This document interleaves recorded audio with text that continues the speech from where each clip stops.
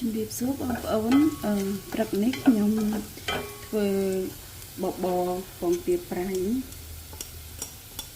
មានតិចចឹងញ៉ាំបបរដាំកម្ដៅពុះបានល្អ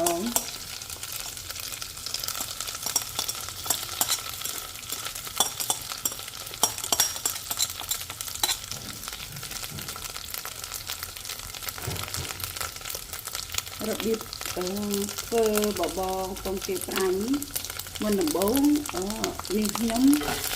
លីងខ្ទឹមឲ្យឈ្ងុយបន្ទាប់ពីលីងខ្ទឹមឲ្យឈ្ងុយហើយខ្ញុំក៏យកពងទាប្រៃហ្នឹងមកលីងដែរលីងហើយដឹងណាធំយើងសកប់វាទៅឲ្យវានៅតូចទៅ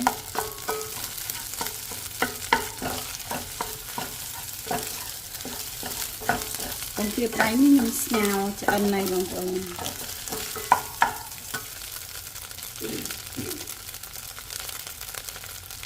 ពេលពងទាប្រៃស្ងោរឆ្អិនហើយយើងយកពងទាប្រៃហ្នឹងមកជ្រុំវាឲ្យចេញជាដុំតូចចឹងមកហើយយើងយកមកលីងជាមួយខ្ទឹមសដែលយើងលីងមុនហ្នឹងដាក់ចូលគ្នាទៅមានក្លិនឈ្ងុយល្អហើយលីងអញ្ចឹងទៅបន្តិចទៅវាចេញពណ៌ពីពងប្រៃយើងហ្នឹង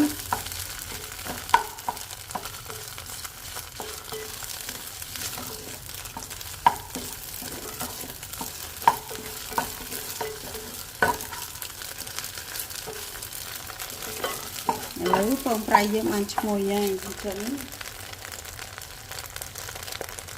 ខ្ញុំមិនថែមផ្សិតព្រោះបបរនេះខ្ញុំអត់មានដាក់សាច់ទេគឺមានតែពងទាប្រៃនិងផ្សិតចងហ្នឹង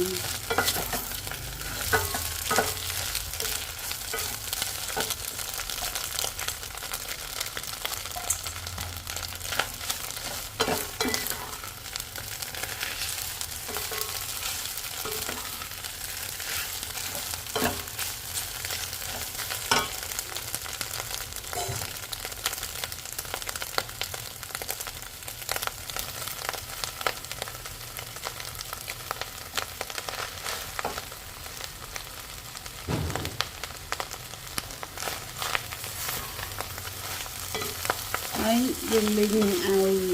យើងផ្សិតយើងឆ្អិនសិនណាបងប្អូនតិចទៅវាចេញទឹកផ្សិតទៅហើយយើងនឹងដាក់អង្គដាក់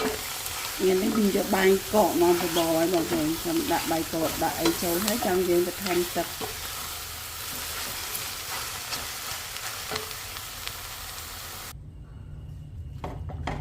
ចាបងប្អូនមិនខ្ញុំដាក់ឆ្នាំតូចទេខ្ញុំគិតថាបបរតែមិនតិចទេប៉ុន្តែទៅដាក់ផ្សិតចូលទៅវាយើងច្រើនអញ្ចឹងខ្ញុំក៏ដូរដាក់ផ្ទះវិញទៅ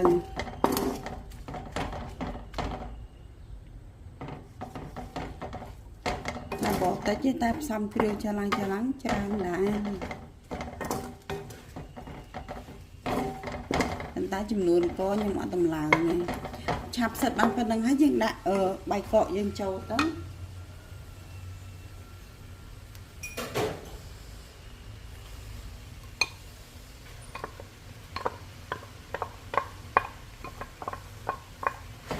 ហើយបាយកកនេះសូម្បីតែក្តាំងក៏ខ្ញុំមកចោលដែរបងប្អូនព្រោះក្តាំងនេះនៅពេលត្រាំទឹកទៅបើសិនជាបបរឆ្អែតណាស់អ្នកអញ្ចឹងខ្ញុំដាក់ត្រាំទឹកហើយខ្ញុំកោសយកក្តាំងនឹងទៀតដើម្បីយកមកដាក់បបរ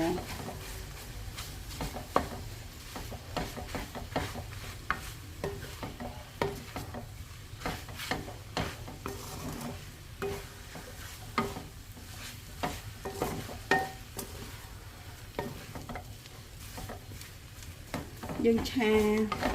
ឲ្យរៀងស្ងួតតិចបងប្អូនព្រោះទឹកមិញចេញពីទឹក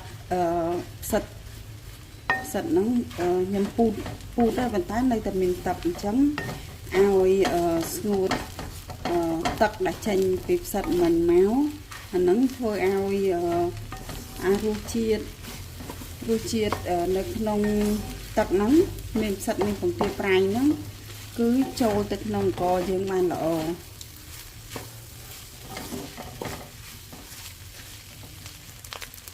ចាបន្ទាប់ពី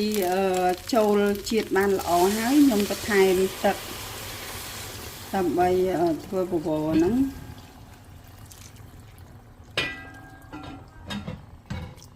ចាខ្ញុំបន្ថែមប៉ុណ្ណឹង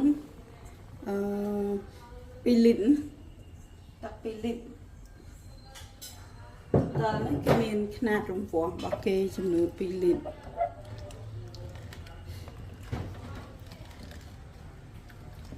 ហើយខ្ញុំក៏អត់ទាន់បន្ថែមគ្រឿងអីដែរចាំពុះបានបន្ថែមព្រោះអីពងទាប្រៃ2គ្រាប់ឯងពេលថាខ្វះចាំយើងថែមទៅចឹងខ្ញុំទុកឲ្យបបរនេះពុះព្រោះអញ្ចឹងស្រួលធ្វើឲ្យឆាប់បានញ៉ាំបងប្អូន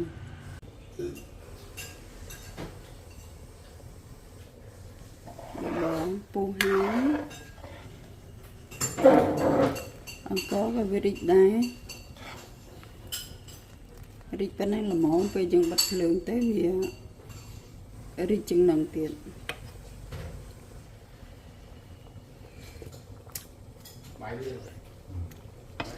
នៅសាបខ្ញុំបន្ថែមអំបិល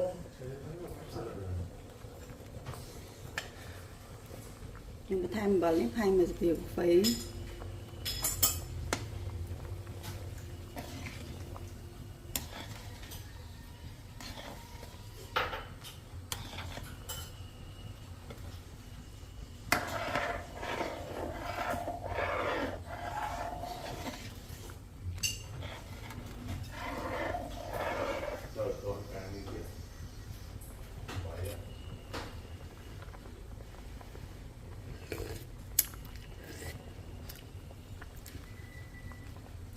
ល្មមហើយខ្ញុំបិទភ្លើង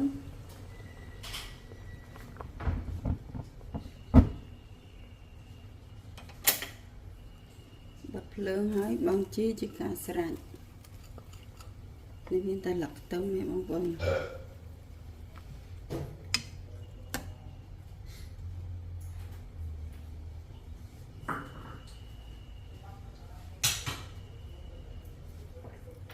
សូមអរគុណបងប្អូនដែលបានតាមដានទស្សនាតាំងពីដើមដល់ចប់សូមអរគុណសូមជម្រាបលា